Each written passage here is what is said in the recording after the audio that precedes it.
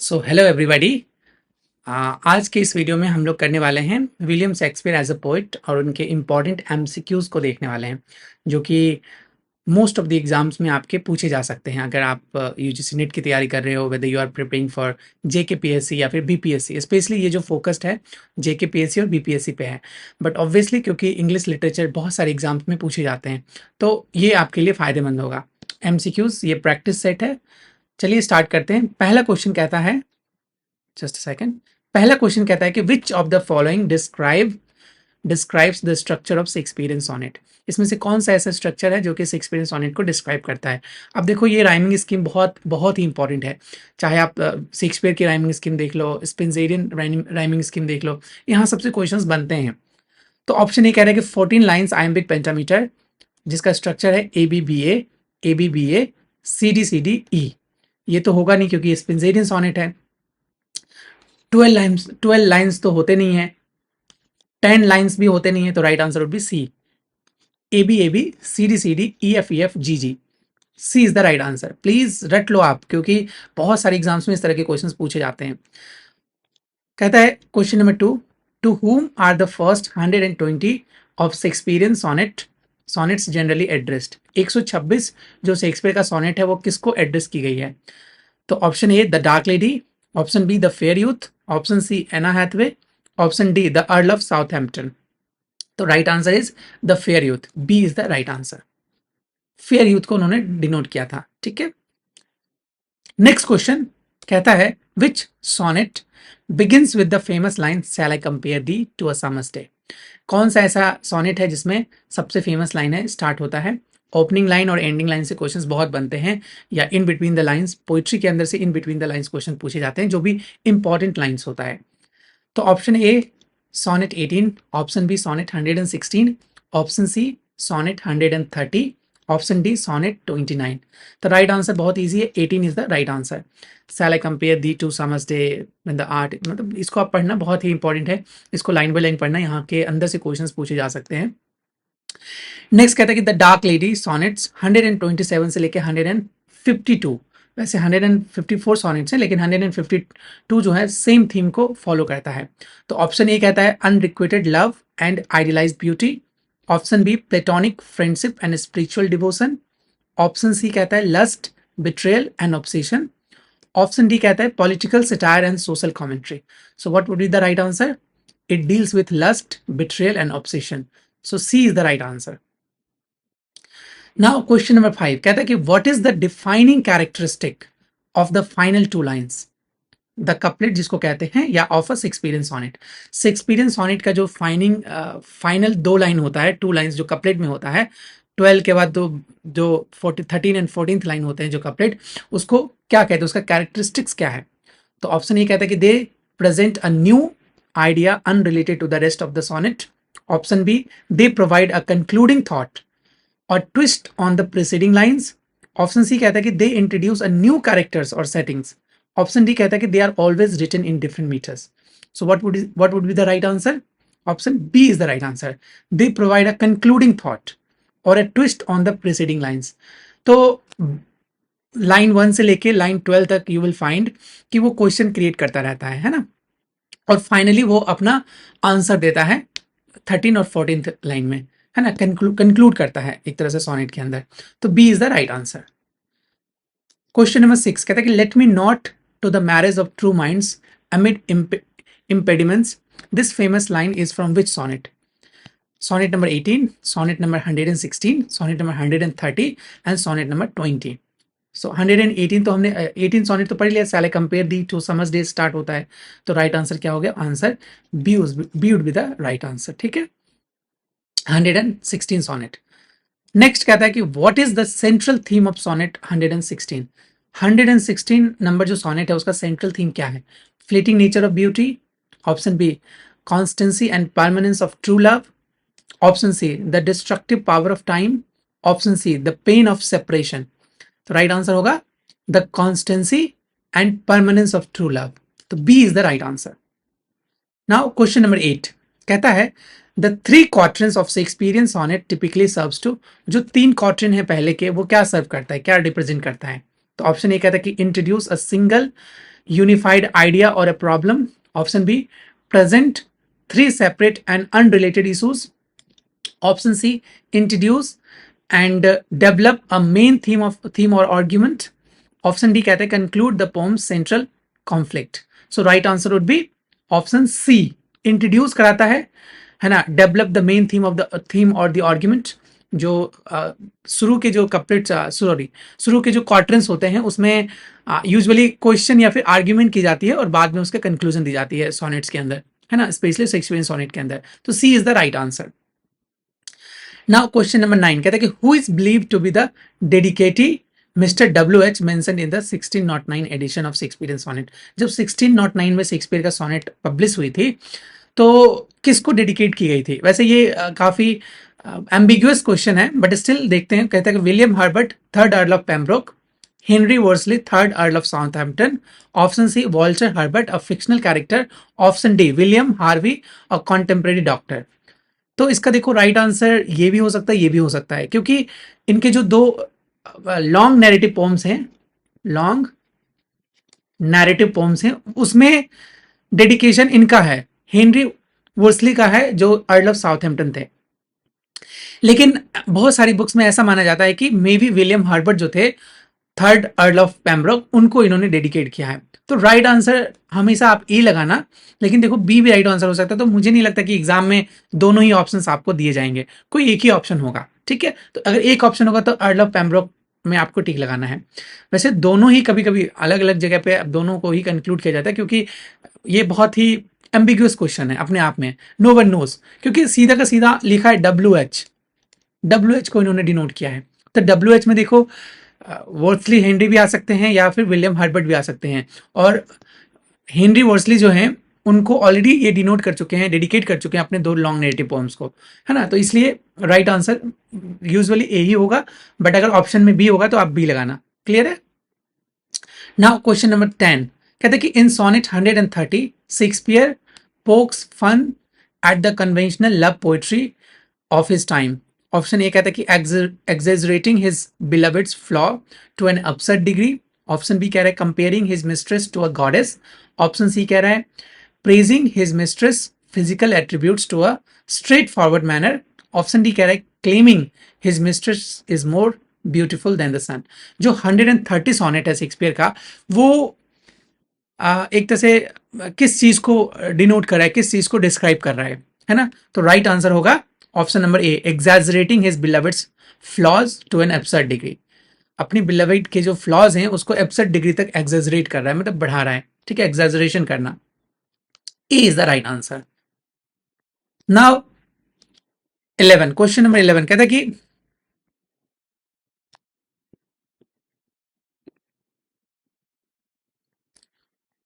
कह रहा है which of the following is not a common theme in Shakespearean sonnet. कहते हैं कि इसमें से कौन सा ऐसा थीम है जो कि कॉमन नहीं है शेक्सपियरियन सोनेट में. कहते हैं option A, the immortality of art and poetry. The destructive power of time. Option C, the joy of a simple pastoral life. Option D कह रहा है कि the nature of love and friendship. What would be the right answer? Right answer would be option C, the joy of simple pastoral life. Shakespeare सारी चीज़ों के बारे में बातें करते हैं. Immortality of art and poetry के बारे में बातें करते हैं, डिस्ट्रक्टिव पावर ऑफ टाइम के बारे में बातें करते हैं, the nature of love and friendship के बारे में बातें करते हैं. तो C is the right answer. इसके बारे में शेक्सपियर बातें नहीं करते हैं. सिंपल पेस्टोरल लाइफ के बारे में इन्होंने कभी पोइट्री नहीं लिखी है. नाउ क्वेश्चन नंबर 12 कहते हैं what is the meter used in Shakespearean sonnet. Shakespearean sonnet में कौन सा मीटर यूज किया गया है? टॉर्काइट मीटर यूज किया गया है, डेक्टाइलिक मीटर यूज किया गया है, एनाप्स्टिक मीटर यूज किया गया है, या फिर आयम्बिक पेंटामीटर. तो ये तो इजी आंसर है, D is the right answer. Iambic pentameter में लिखते हैं वो. नाउ 13 कहता है sonnet 20, a woman's face with nature's on hand painted is unique for its portrayal of.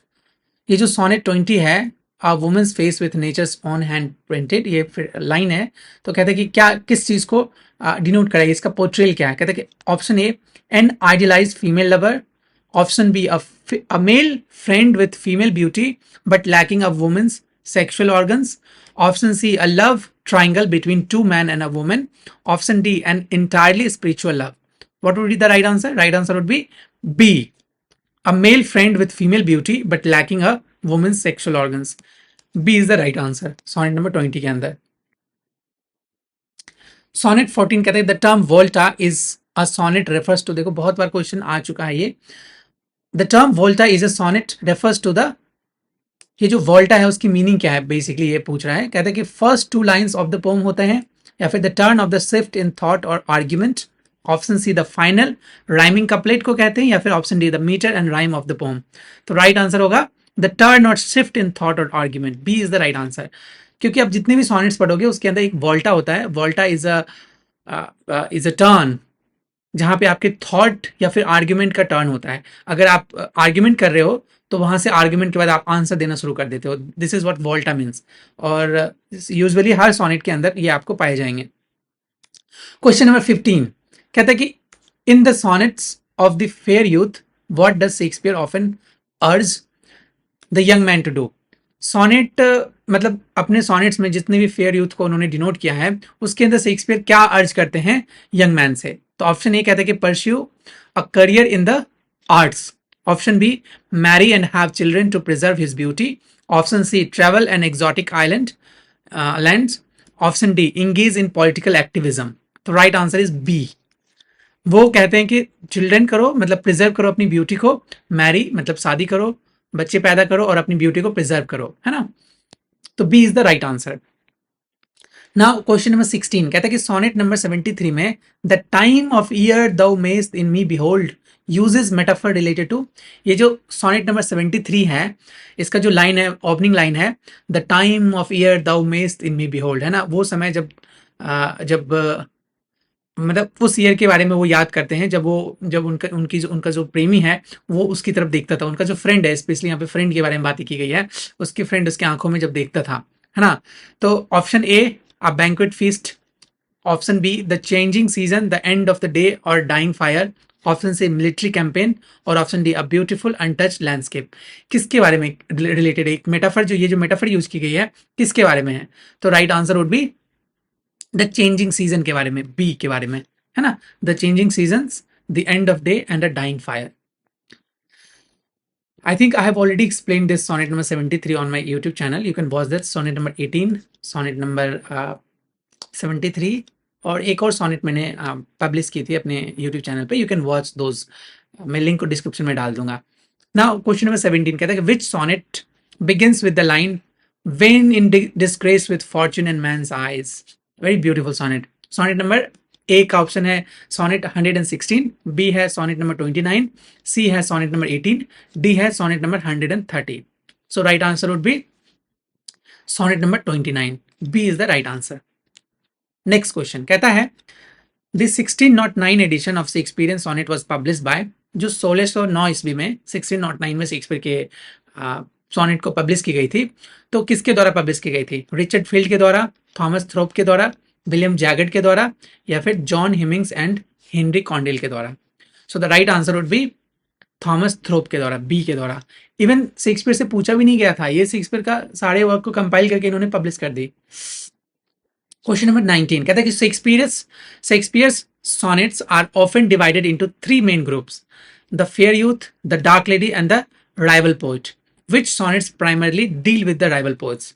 Sonnet number 1 से लेके 17 तक, सोनेट नंबर 127 से लेके 152 तक, सोनेट नंबर 78 से लेके 86 तक, और सोनेट नंबर 153 से लेके 154 तक। तो right answer is sonnet number 78 से लेके 86, C is the right answer. ठीक है।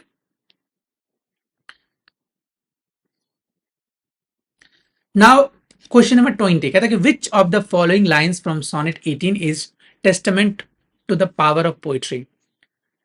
Option A, rough winds do shake the darling buds of May. Option B, and every fair from fair sometimes do declines. Option C, so long as man can breathe or eyes can see, so long lives this and this life, this gives life to thee. And option D, by chance or nature's changing course untrained. तो इसमें कह रहा है which of the following lines from Shakespeare 18, sonnet number 18 में कौन सा ऐसा line है जो कि testament of the power of poetry के बारे में बातें करता है ना। तो राइट आंसर होगा option C, so long as man can breathe और eye can see, so long lives this and this gives life to thee. This is the ending line, final couplet है, कंक्लूडिंग कपलेट है। तो C is the right answer. Question number 21 कहता है कि what are Shakespeare's two major narrative poem. Shakespeare का जो दो major narrative poem है वो कौन कौन से हैं? पहला Venus and Adonis and the rape of Lucrece. Option B hero and Leander and the lover's complaint. Option C कह रहे हैं the passionate pilgrim and phoenix the turtle. Option D कह रहा है कि a midsummer's night dreams and the winter tale. What is the right answer? A is the right answer, है ना। Venus and Adonis and the rape of Lucrece, these two are major work, major long narrative poem है Shakespeare का। यहीं से Shakespeare ने शुरुआत की थी अपनी पोइट्री की या फिर अपने करियर की कह सकते हैं। क्वेश्चन नंबर 22 कहता है कि in which of his narrative poems does Shakespeare explore the theme of lust and its destructive consequences drawing on the classical myth. कहता है कि इसमें से कौन सा नैरेटिव पोएम है जिसमें शेक्सपियर एक्सप्लोर करते हैं theme of lust and destructive consequences के बारे में। तो पहला ऑप्शन अ पैशनेट पिलग्रिम, दूसरा द रेप ऑफ ल्यूक्रीस, तीसरा वीनस एंड एडोनिस और चौथा अ लवर्स कॉम्प्लेंट। तो right answer is Venus and Adonis, C is the right answer. ठीक है। Now question number 23, to whom did Shakespeare dedicate both Venus and Adonis and the Rape of Lucrece? Shakespeare ने Venus and Adonis और rape of ल्यूक्रीस किसको dedicate किया था? मैं already शायद दूसरे या तीसरे क्वेश्चन में एक्सप्लेन कर चुका हूं इसको। Option A Queen Elizabeth, option B William Herbert third earl of Pembroke, option C Henry Wriothesley third earl of Southampton, option D Sir Walter Raleigh. तो राइट आंसर क्या होगा? C is the right answer, the earl of Southampton को इन्होंने किया था। ठीक है। Now question number 24 कहता है कि Venus and Adonis is an Ovidian poem known for its. Venus and Adonis जो है वो ओविड से इंस्पायर्ड पोम था, जो कि किस चीज के लिए जाना जाता है? Option A tragic and serious tone के लिए, B comical and light hearted narrative के लिए, option C erotic and sensuous description के लिए, option C didactic and moralising message के लिए। तो क्या होगा right answer? Right answer would be erotic and sensuous description के लिए, C is the right answer. Question number 25 कहता है the central conflict of Venus and Adonis is between. ये जो सेंट्रल कॉन्फ्लिक्ट है वीनस और एडोनिस में किसके किसके बीच में है? Adonis love for hunting and Venus love for him, Venus desire for revenge और Adonis desire for peace, Adonis loyalty to his father and Venus's seductive power and the gods of Olympus and the mortal world। तो obviously Adonis और Venus के बीच में Venus बहुत प्यार में रहती है ना एडोनिस के, बट एडोनिस हंटिंग चाहता है। तो राइट आंसर क्या होगा? A would be the right answer. ठीक है।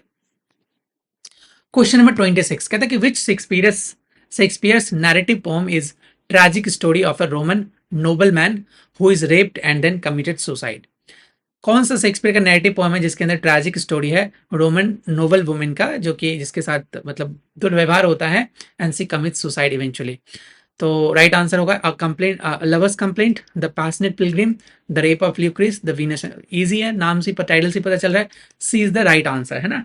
टार्किन नाम का जो आदमी था वो ल्यूक्रीस के हस्बैंड का बहुत क्लोज फ्रेंड था जिसने ऐसा काम किया था। वैसे शायद नेक्स्ट क्वेश्चन यही है, the rape of Lucrece is committed by, किसके द्वारा कमिट की गई थी? तो right answer Tarquin. I have already explained, Tarquin is the right answer, A is the right answer 27 का। नाउ क्वेश्चन नंबर 28 कहता है the rape of Lucrece is written in which stanza form. किस स्टेंजा में लिखा गया rape of Lucrece? Option A couplet में, option B quatrains में, option C rhyme royal में, ऑप्शन डी टेरेजा रिमा में। तो राइट आंसर होगा ऑप्शन सी राइम रॉयल में लिखा गया है, जिसका 7 लाइन स्टेंजा होता है आयम्बिक पेंटामीटर में। C is the right answer. Question number 29 कहते हैं कि what is the theme of the poem the phoenix and the turtle. Phoenix and the turtle का थीम क्या है? Option A a political union of England and Scotland, option B a lament for the ideal chaste love of a mythical phoenix and turtle dove, option C a humorous tale about two birds in love, option D a celebration of military victory। so what would be the right answer? Right answer would be a lament है ये, for the ideal chaste love of a mythical phoenix and turtle dove। तो right answer would be B।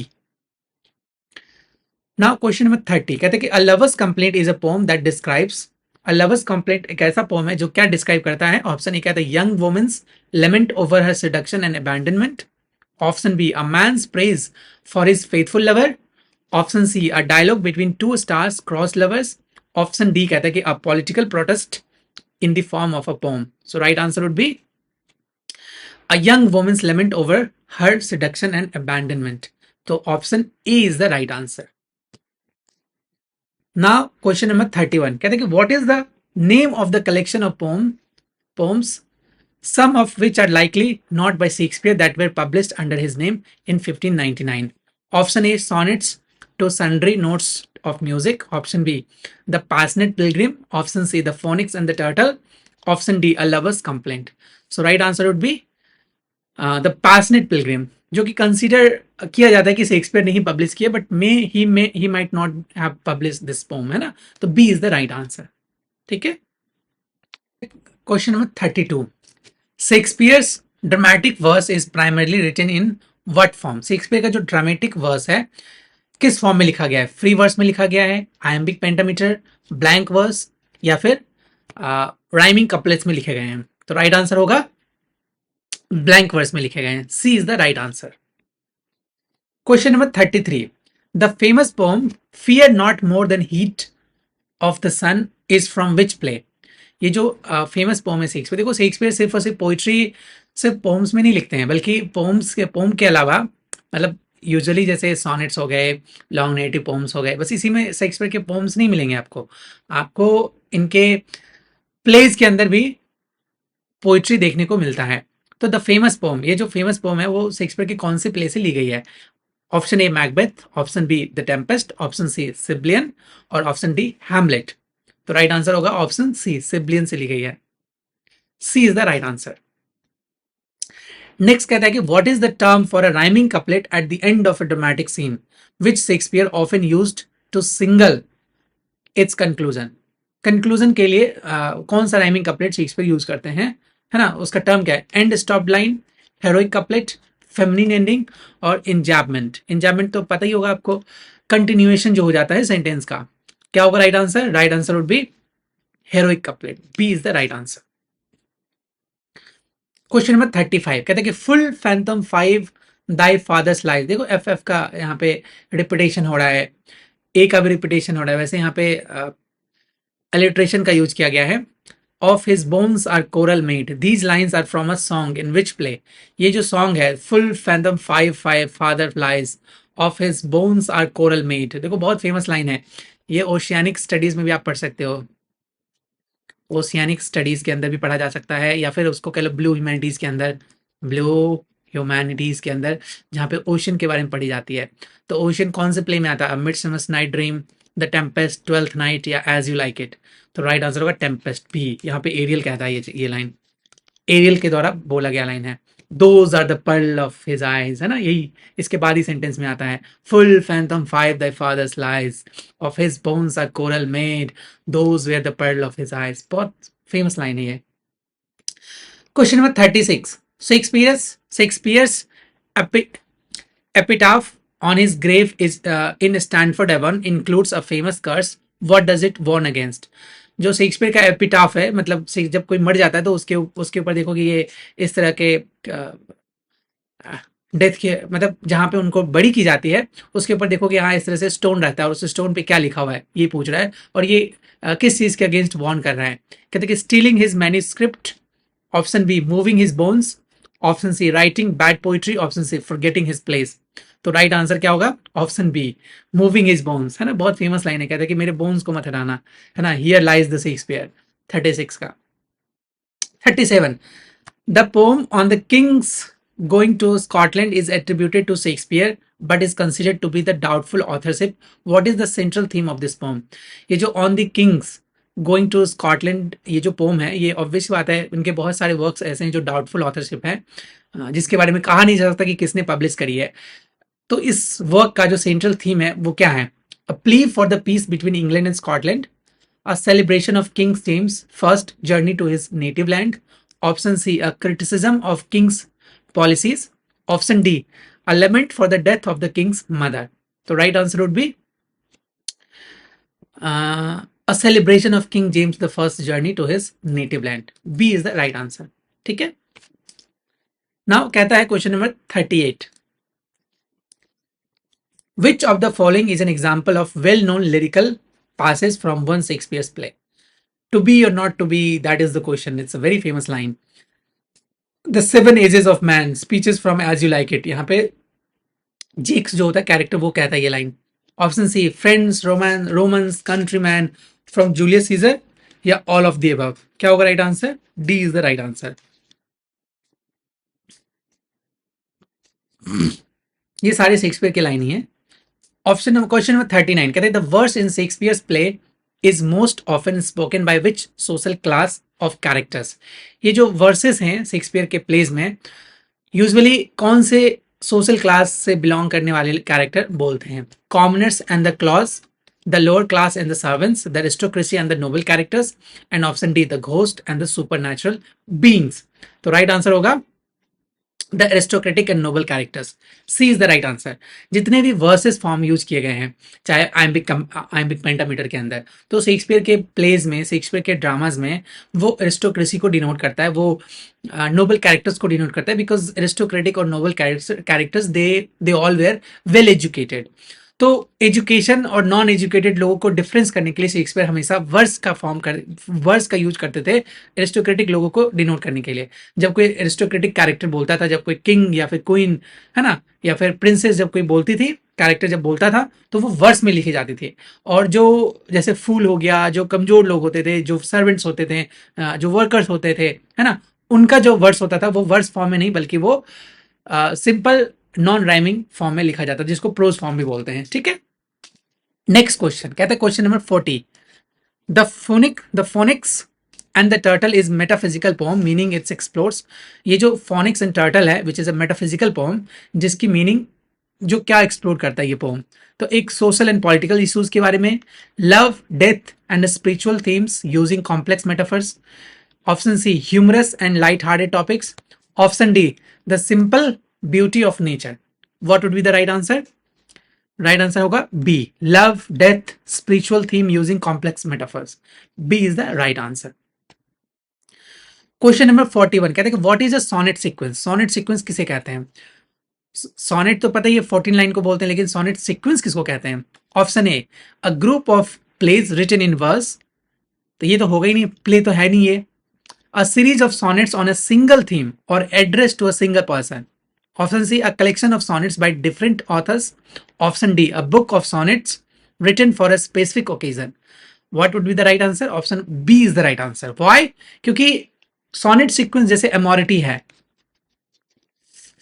तो एमोरिटी किसी एक individual को address करके पूरी के पूरे सीक्वेंस फॉर्म में लिखी जाती है। तो it is a series of sonnets on a single theme, एक ही थीम, या फिर ब्यूटी के बारे में, या किसी पर्टिकुलर वुमेन के बारे में, या किसी पर्टिकुलर लवर के बारे में हो सकती है ना, और एक सीरीज फॉर्म में होगा, जैसे 88 सॉनेट्स, 82 सॉनेट्स, 50 सॉनेट्स, इस तरह करके पब्लिकेशन की जाती थी।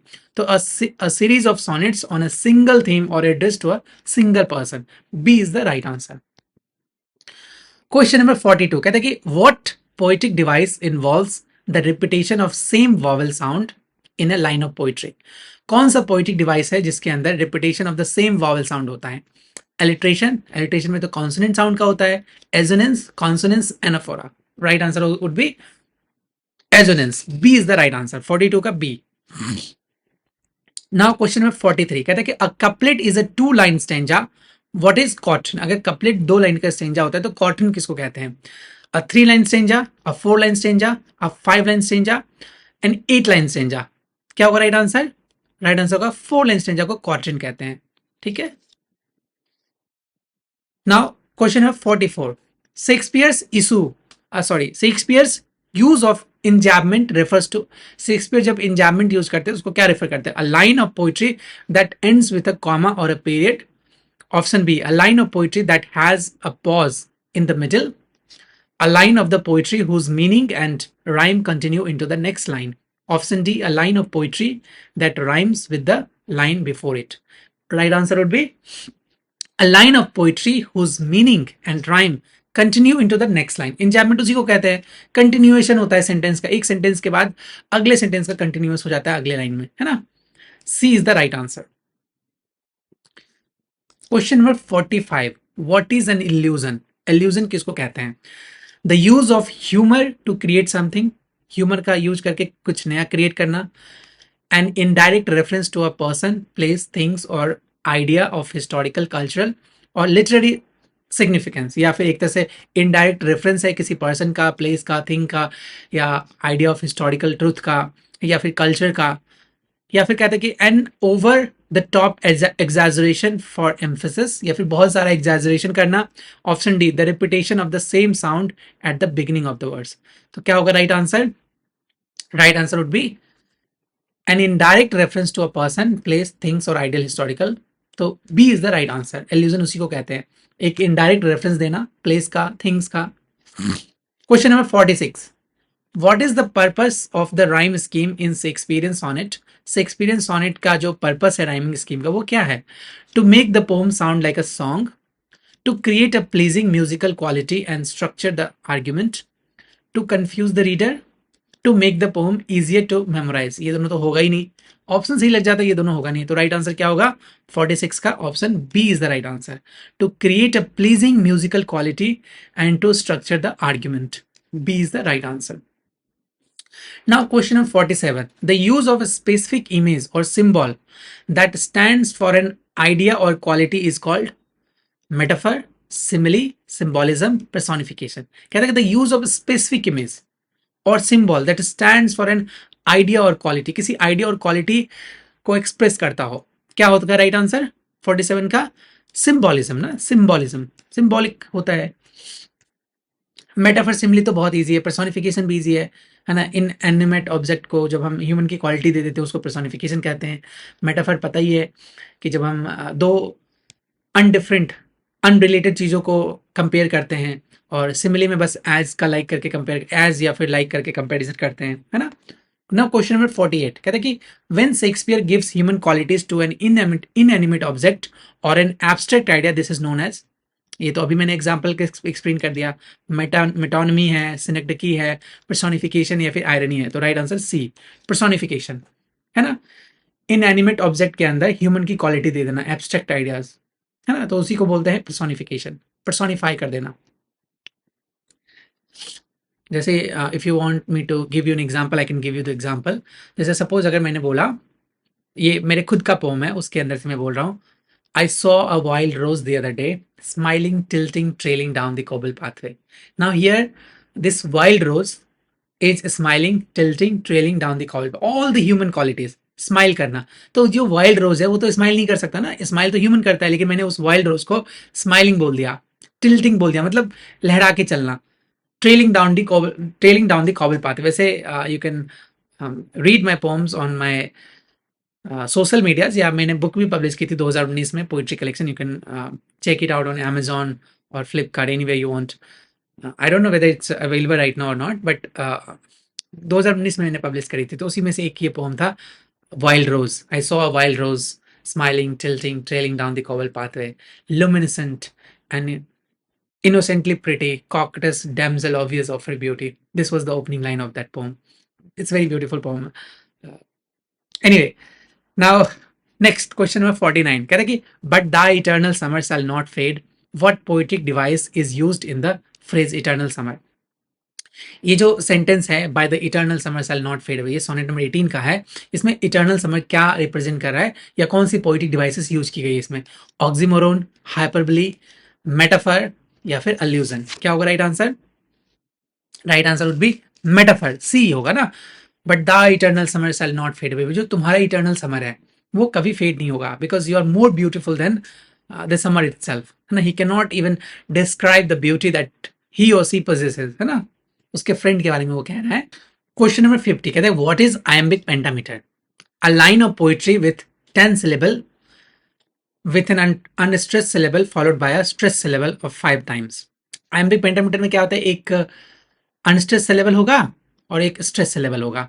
तो कहते हैं कि अ line of poetry with 5 stress syllables, a line of poetry with 10 stress syllable, a line of poetry with 12 stress syllable, a line of poetry with 10 syllable with an unstressed syllable followed by a stress syllable. तो A is the right answer. ठीक है, 50 का A is the right answer.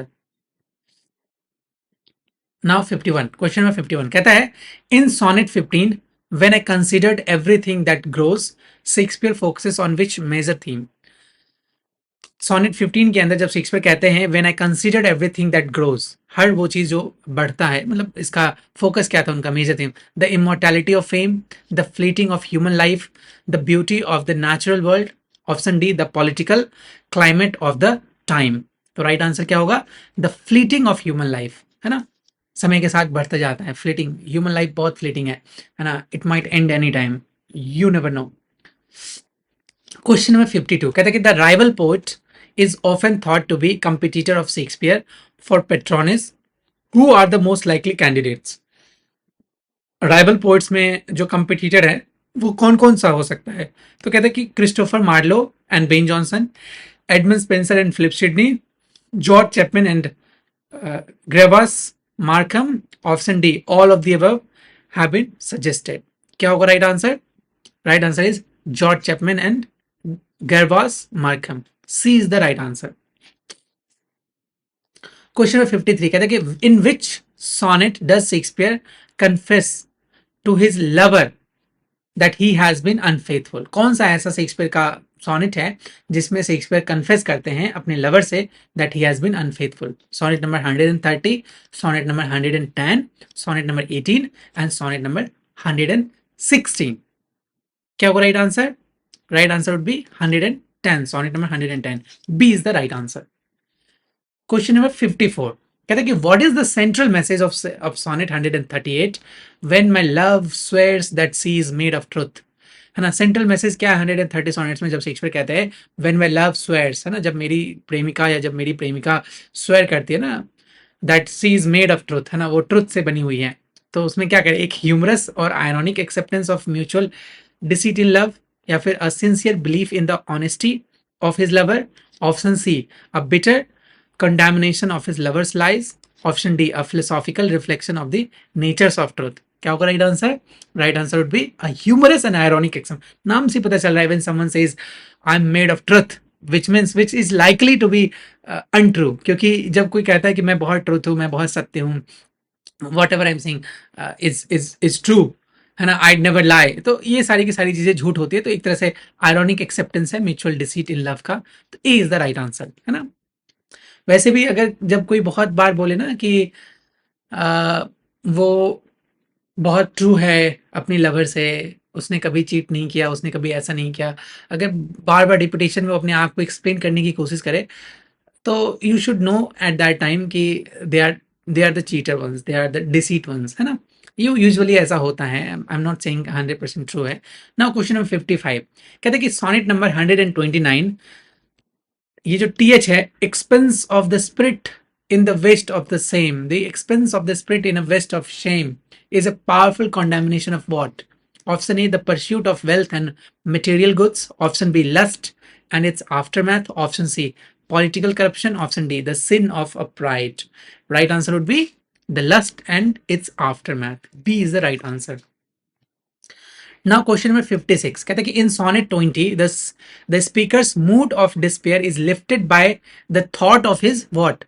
Sonnet 29 में जो Shakespeare का mood है, वो mood off despair जो है वो लिफ्ट हो जाता है, ऊपर हो जाता है, मतलब बेटर फील करने लगता है, किस थॉट के बारे में, किस थॉट को सुनने के बाद? वेल्थ, फेम, लवर या family?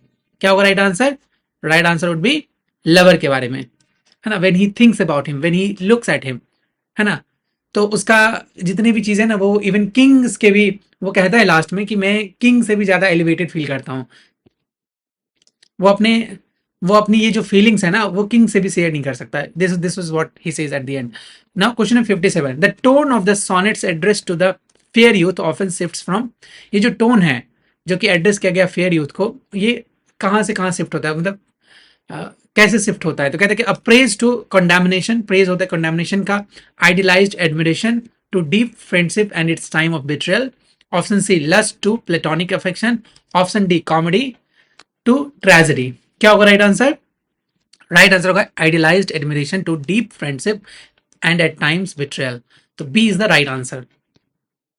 Question number 58 sonnet 116 concludes with a powerful couplet, what is the main idea it conveys? ये जो 100 सोनेट है उसका जो कंक्लूजन है वो पावरफुल कपलेट है, उसका जो मेन आइडिया है वो क्या कन्वे करता है? If his statements about love are wrong, then no one has ever truly loved, पहला ऑप्शन बी कहता है अगर उसके स्टेटमेंट लव आर रॉन्ग, अगर प्यार गलत है तो कोई भी ट्रूली प्यार नहीं करता। This is the first option. Option B कहता है कि his love is fleeting emotion but it is beautiful. Option C कहता है कि love is a fleeting that changes over time. Option D कहता है the world is full of different kind of love. What is the right answer? Right answer would be if his statement about love are wrong, A is the right answer. A. 58 का A. Now 59. कहते हैं कि which of the following is a key reason why Shakespeare's sonnet are still so widely studied? ऐसा क्या reason है कि Shakespeare के जो सॉनेट्स हैं वो आज भी वाइडली पढ़े जाते हैं, है ना, वाइडली पढ़े जाते हैं। Option A, they are first sonnets ever written. Of course ये तो राइट आंसर होगा नहीं, क्योंकि फर्स्ट सॉनेट हमें पता है विलियम विट एंड मतलब थॉमस विट ने शुरुआत किया था, है ना। Option B, they are historically accurate accounts of the Elizabethan era. Option C, they explore universal human emotion and themes with timeless complexity. Of course option C लग रहा है कि सही होगा, ऑप्शन सी सही होगा। Option D, they are easy to understand and memorise. No, option C is the right answer. Question number 60 कहते हैं कि what is the meaning of the word impediments in sonnet 116? ये जो इम्पेडिमेंट्स वर्ड है उसका क्या मीनिंग है sonnet number 116 में? ऑब्स्टिकल और हिंड्रेंस। ऑप्शन बी, प्रोमिसेस और वॉज। ऑप्शन सी, सीक्रेट्स और hidden truth. Option D, emotions और फीलिंग्स। तो राइट आंसर होगा obstacles and hindrance. A is the right answer. Impediments का मतलब है ऑब्स्टिकल या फिर हिंड्रेंस। क्वेश्चन नंबर 61 कहते हैं कि in Venus and Adonis what animal is Adonis ultimately killed bye?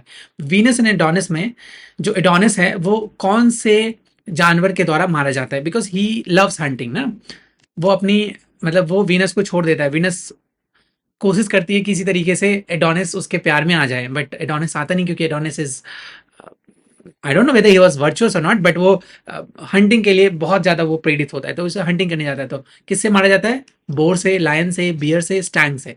तो राइट आंसर अब बोर से मारा जाता है। उसके बाद वीनस रोती रहती है। अच्छी बात नहीं है, लड़की को रुलाना अच्छी बात नहीं है। क्वेश्चन नंबर 62 कहते हैं the rape of Lucrece is a narrative poem that helped establish Shakespeare as a master of what? Dramatic monologue, epic poetry, lyrical and psychological depth, या comedy verses? Right answer is lyrical and psychological depth. C is the right answer. Question number 63 कहते हैं कि what is the moral consequence of Tarquin's act in the rape of ल्यूक्रेस?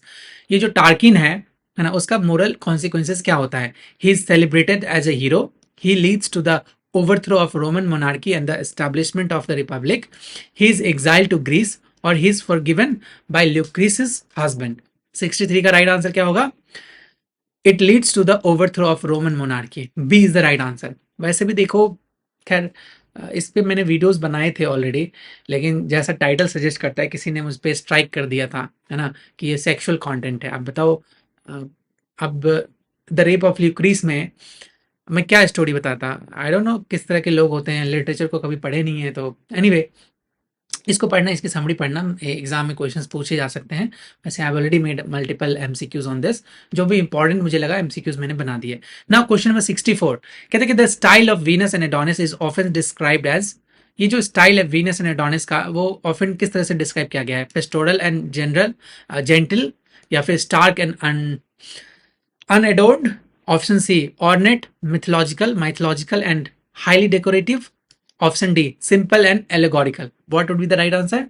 64 का right answer होगा option C, ornate, mythological and highly decorative. C is the right answer. Question number 65 कहते हैं कि the central argument in the rape of Lucrece revolves around the theme of. जो central argument है rape of Lucrece का, वो किसके तरफ घूमता है?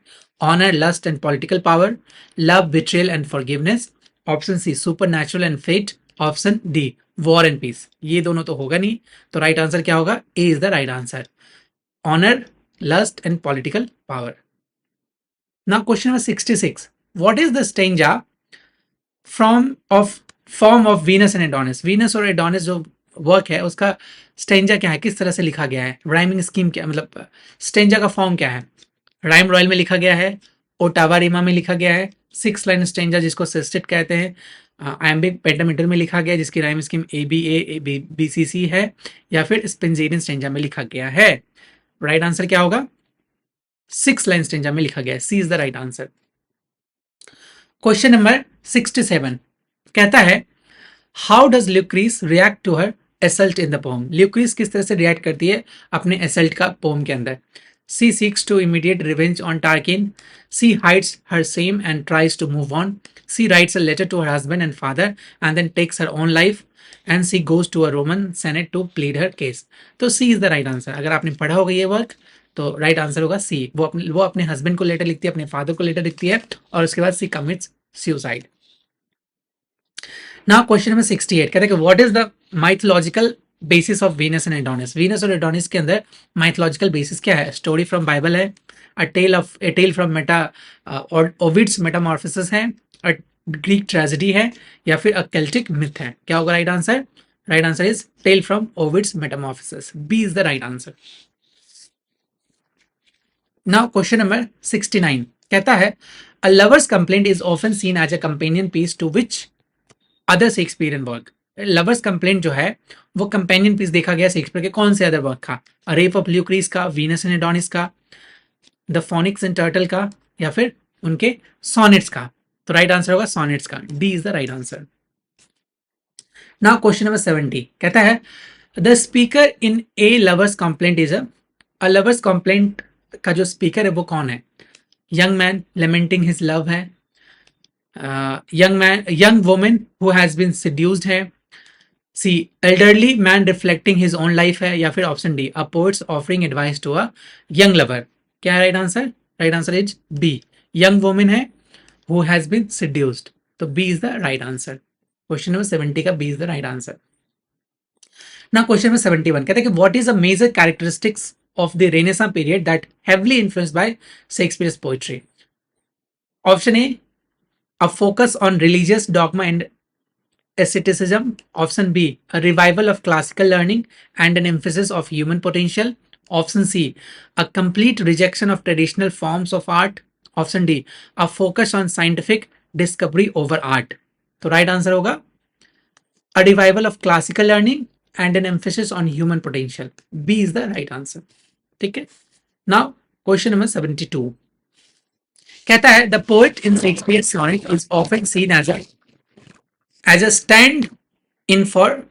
जो पोएट हैं शेक्सपियर के सोनेट में किस तरह से मतलब किस तरह से देखे गए हैं? तो शेक्सपियर का जो Shakespeare himself though not a direct autobiography. Option B an entirely fictional character. Option C the earl of Southampton. Option D any poet of the time.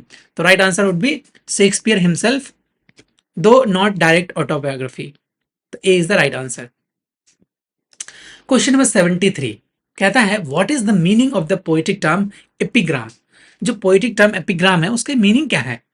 A long epic poem है, the short witty poem or a clever insight saying. Option C, a poem written for a special occasion.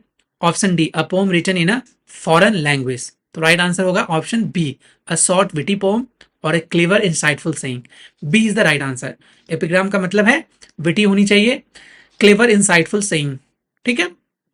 Now question number 74 the term apostrophe in poetry is. जो term apostrophe है poetry के अंदर उसका क्या मतलब है? कहते हैं कि a form of punctuation when a speaker directly addresses a person or a thing that is not present. Option C, a sudden change in the rhyme of a poem. Option D, the ending of a sonnet. तो right answer क्या होगा? Answer B is the right answer. when a speaker directly addresses a poem, a person or things that is not present, that is what apostrophe means. 74 का right answer होगा B. कहता है 75 question में 75 Shakespeare's poetry is known for its extensive use of personification. Which of the following is the best example? Personification का सबसे best example इसमें से कौन सा है? कहता है My love is like a red, red rose. Option B, oh, for a muse of fire that would ascend the brightest heaven of invention. Option C कहता है The moon was ghostly gallant tossed upon cloudy seas. Option D कहते हैं the wind whispered through the trees. तो right answer होगा option D, the wind whispered through the trees. D personification यही है ना, wind whisper कर रहा है, विंड को ह्यूमन की क्वालिटी दे देना, ह्यूमन विस्पर करते हैं ना। तो राइट आंसर होगा D. Question number 76, just a second.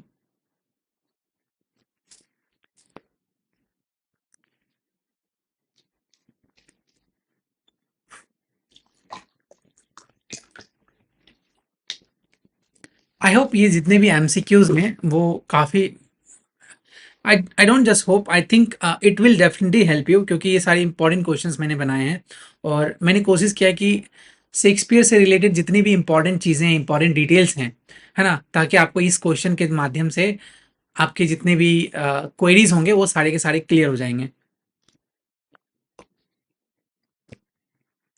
Now question number 76 कहते हैं a sonnet sequence is group of sonnets often linked bye.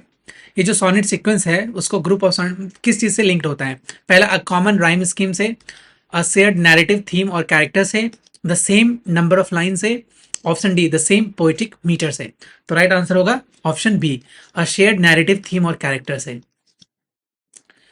Now question number 7, what is pun? Pun किसको कहते हैं? कहते हैं कि a play on words with similar sound but different meanings.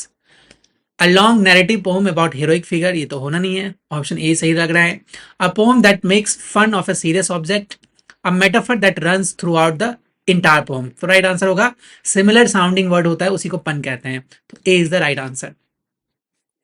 78, Shakespeare's poetry, particularly his sonnets, often use the theme of art's immortality to suggest that Shakespeare की जो poetry है, particularly उनके जो सॉनेट्स हैं, वो किस तरह के थीम को यूज करते हैं आर्ट की इमोर्टैलिटी को सजेस्ट करने के लिए. ऑप्शन ए कहता है कि all art is inherently superior to human life. Option B कहता है true love can only be express through art. Option C कहता है the subject of the poem will live for ever through the verses. Option D कहता है कि only the wealthy can afford to be immortalised in art. Option D तो वैसे भी नहीं होना है, तो राइट आंसर होगा option C, the subject of poem will live for ever through the verses, है ना. ऐसे शेक्सपियर के सोनेट नंबर 18 पढ़ोगे तो लास्ट में ये कहता है कि जब तक ये पोम्स, मतलब जब तक ये दुनिया रहेगी, जब तक आंखें रहेंगी, जब तक लोग पढ़ पाएंगे, तब तक लोग तुम्हें याद करेंगे, मतलब इस पोम को याद, इस पोम के थ्रू तुम्हारी ब्यूटी को याद करेंगे, है ना. 78 क्वेश्चन का आंसर है C is the right answer. Question number 79 कहते हैं कि what does the term conceit mean in the context of Renaissance poetry. Renaissance poetry के कॉन्टेक्स्ट में कंसीट का मतलब क्या है? An inflated sense of self-importance, a simple, straightforward comparison. Option C, an extended, often elaborate metaphor. Option D, a poetic form with a strict rhyme scheme. तो right answer होगा option C, an extended often elaborate metaphor को ही conceit बोलते हैं. C is the right answer. Question number 80 कहता है कि in which of the following poetic forms did Shakespeare not write. इनमें से कौन सा ऐसा पोएटिक फॉर्म है जिसमें शेक्सपियर ने नहीं लिखा था? सोनेट्स तो लिखा ही है, blank verse he wrote, epic poetry he wrote, haiku इन्होंने नहीं लिखा. हाइकू एक तरह से जापानीज फॉर्म ऑफ राइटिंग है जिसमें कि 5 + 7 + 5 होता है, 3 ही लाइन का पोम होता है, छोटा सा. क्वेश्चन नंबर 81 कहता है which sonnet often read as weddings defines love as an ever fixed mark that looks on tempest and it never shaken. Sonnet number 18 का है लाइन, सोनेट नंबर 116 का लाइन है, सोनेट नंबर 130 का line है, या फिर सोनेट नंबर 29 का line है. तो राइट आंसर होगा सोनेट नंबर 160 लाइन का लाइन है, 116 का, सॉरी. क्वेश्चन नंबर 82 कहते हैं कि in sonnet 130 my mistress eyes are nothing like the sun. Shakespeare is being, मतलब जहाँ जब वो कहते हैं कि मेरी जो मिस्ट्रेस है उसकी आंखें सन की तरह तो बिल्कुल नहीं लगती, तो उसमें क्या कह रहा है कि बिटर एंड क्रुएल के बारे में बातें कर रहा है, सिंसियर एंड पैशनेट के बारे में बातें कर रहा है, आयरनिक एंड ह्यूमरस होकर बातें कर रहा है, या मेलनकली एंड सैड होकर बातें कर रहा है ना. तो राइट आंसर होगा आयरनिक एंड ह्यूमरस होकर बातें कर रहा है. C is the right answer. Question number 83 कहते हैं the final 2 sonnets 153 and 154 in Shakespeare's collection are unique because they are about 153 and 154 sonnets किस चीज के बारे में है? द पोएट्स डेथ के बारे में है, the myth of cupids fire के बारे में है, द फेयर यूथ के बारे में, ये तो होना नहीं है, द इंग्लिश मोनार्की के बारे में है. तो राइट आंसर क्या होगा? Answer B is the right answer, the myth of Cupid fire के बारे में, B is the right answer. ठीक है. क्वेश्चन नंबर 84 कहता है कि what is a key difference between the theme of the fair youth sonnet and the dark lady sonnet. ये जो की डिफरेंसेस है द फेयर यूथ और डार्क लेडी के सोनेट्स में क्या है? तो ऑप्शन ये कहता है कि fair youth sonnets are about platonic love and dark lady sonnets are about romantic love. Option B, fair youth sonnets are about the beauty of nature, और या फिर dark lady sonnets are about the ugliness of humanity. Option C कहता है कि fair youth sonnets are about friendship and beauty, और dark lady sonnets are about lust and more complex often troubled relationship. Option D कहते हैं कि fair youth sonnets are written in iambic pentameter, dark lady sonnets are in trochaic tetrameter. तो right answer क्या होगा? Fair youth sonnets are about friendship and beauty, और dark ladies जो sonnet है it is about lust, more complex often troubled relationship. So C is the right answer. 84 का right answer होगा सी. Question number 85 कहते कि O thou my lovely boy who in my power dost hold time's फ्लिक glass his sickle are.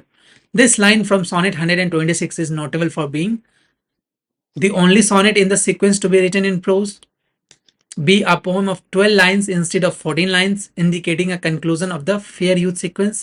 Option C, the only sonnet written to a woman. Option D, an entirely religious poem. तो right answer क्या होगा? Answer B is the right answer. A poem of 12 lines instead of 14, indicating a conclusion to the fair youth. B is the right answer. Now, question number 86. कहता है कि the use of untrimmed in sonnet number 18, by chance or nature's changing course untrimmed, इसकी meaning क्या है? कहते कि unkept और messy, unkempt और मेसी. ऑप्शन बी, ओके हाँ, option B unprepared for battle. Option C not decorated और stripped of beauty. Option D untrimmed sails on a ship symbolise a lack of control. तो right answer होगा unprepared for battle. C is the right answer. Question number 86 का C is the right answer. The use of untrimmed in sonnet 18 का by chance और nature's changing course untrimmed है ना. C is the right answer. Question number 87 कहता है the poem a lover's complaint is structured as. Lover's complaint जो poem है किस तरह से स्ट्रक्चर्ड की गई है? A conversation between a man and a woman, a soliloquy by a heart broken woman. Option C, a dialogue between a poet and a friend. Option D, a letter from a lover to his beloved. तो right answer होगा option B. It is a soliloquy by a heart broken woman, a lover's complaint. Question number 88 कहता है the poem the phoenix and the turtle is an elegy, meaning it is a poem of praise and celebration, humorous observation, serious reflection, often lamenting the dead, या फिर political protest. तो right answer होगा option number C, serious reflection, often lamenting the dead. C is the right answer. Question number 89 कहते हैं कि what poetic device is prominent in the opening of the sonnet 29 when in disgrace with fortune and man's eyes. कौन सा poetic devices prominent है sonnet number 26 में जब वो कहते हैं कि when in disgrace with fortune and man's eyes, a metaphor comparing himself to a bird, alliteration fortune and friends, a simile compromise comparing his state to a beggar, और D, a personification of fortune. देखो यहाँ पे simile बेगर से तो नहीं करता ना, king से करता है वो वैसे भी. तो 89 का राइट आंसर होगा a personification of fortune. D is the right answer है ना. फॉर्चून का पर्सोनिफिकेशन है यहाँ पे, when in disgrace with fortune and mains eyes है ना.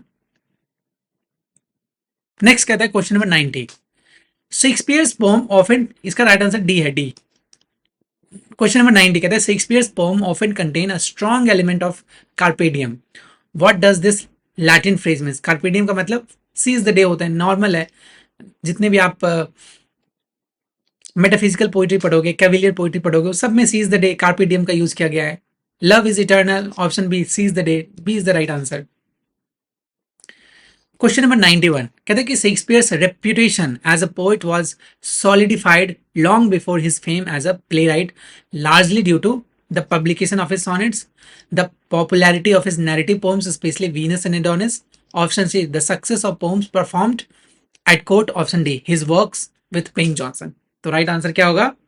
B is the right answer. The popularity of his narrative poems specially Venus and Adonis, which means कहा जाता है कि शेक्सपियर के पोम्स इतने फेमस है कि अगर शेक्सपियर ड्रामा भी नहीं लिखे होते तब भी शेक्सपियर आज उतने ही फेमस होते हैं. although I'm not sure whether it's true or not, but ऐसा माना जाता है. Question number 92. The 1609 publication of Shakespeare's sonnet was likely authorized and observed by Shakespeare himself, unauthorized publication of printed edition, a joint project with his patron, or a posthumous publication. What is the right answer? Right answer is B, an authorized publication, a pirated edition. B is the right answer. क्योंकि इनसे बिना पूछे ही publish कर दी गई थी ना. What is the Dials? A poem about a journey, a lyrical poem with a strong emotional quality. Option C, a mournful song, especially one accompanying a funeral. Option D, a poem that tells a story. The right answer would be a mournful song, especially one accompanying a funeral. C is the right answer.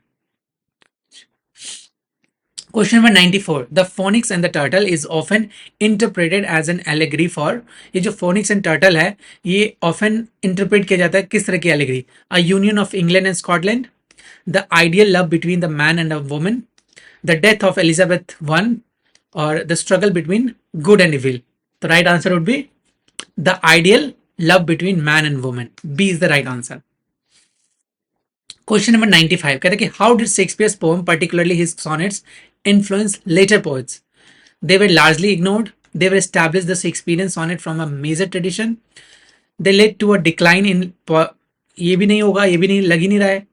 They were banned by the government. ये भी नहीं होगा. तो right answer should be B is the right answer. 95 का. Question number 96. कहता है कि in addition to iambic pentameter, what other meter is sometimes used by Shakespeare, particularly in his song? Iambic pentameter के अलावा कौन सा अदर मीटर शेक्सपियर अपने songs में यूज करते हैं?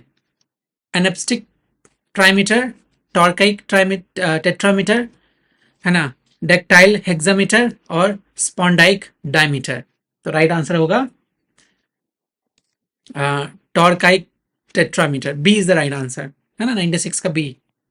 97. क्वेश्चन नंबर 97 कहते हैं the language of Shakespeare's poem is often characterised by its use of simple colloquial language, archaic and obscure words, highly figurative language, complex metaphors and ornate diction, straightforward factual description. क्या होगा right answer?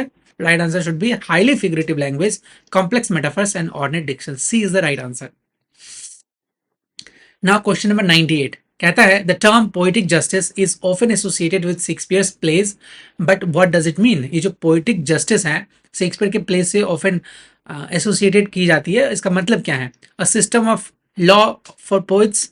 B, rewarding of virtue and the punishment of vice, specially in an unexpected manner. Option C, a trial conducted by a jury of poets. Option D, the government's censorship of poetry. तो right answer would be option B, the rewarding of virtue and the punishment of the vice, specially in a unexpected manner. B is the right answer. Now question number 99 कहता है कि which of the following phrases often attributed to Shakespeare is from one of his poems? कौन सा ऐसा phrase है जो attributed की गई है शेक्सपियर के खुद के पोएम से? To be or not to be, ये हैमलेट का है. All that glitters is not gold, the course of true love never did run smooth, the expense of spirit in a waste of shame. तो right answer क्या होगा? Option D, the expense of spirit in a waste of shame. D is the right answer. Question number 100 कहता है the influence of Shakespeare's poetry can be seen in the works of romantic poets like Lord Byron, Percy Bysshe Shelley, Walt Whitman and Emily Dickinson, T S. Eliot, Ezra Pound. ये तो होना नहीं है, all of the above. तो right answer क्या होगा? Lord Byron, Percy Bysshe Shelley. A is the right answer, क्योंकि पूछ ही रहा है ना रोमांटिक पोइट्स, तो Lord Byron, Percy Bysshe Shelley तो रोमांटिक पोइट्स हैं, तो A would be the right answer. Now question number 101. अच्छा, 100 क्वेश्चन बहुत हो गया आज के लिए. Well, if you have enjoyed practising this video then write down in the comment section. तो मैं इसका पार्ट 2 भी कर दूंगा, अदरवाइज मैं पार्ट 2 छोड़ दूंगा, है ना. डिपेंड्स, क्योंकि व्यूज आएंगे तभी मैं पार्ट 2 करूंगा. एनीवे, चलिए मिलते हैं अगले वीडियो में. आज हमने 100 क्वेश्चंस कर लिए. मे बी अगर अच्छे व्यूज आएंगे, अच्छे रिस्पॉन्स आएंगे तो 101 क्वेश्चन से आगे बढ़ेंगे, अदरवाइज नेक्स्ट राइटर की तरफ चल जाएंगे.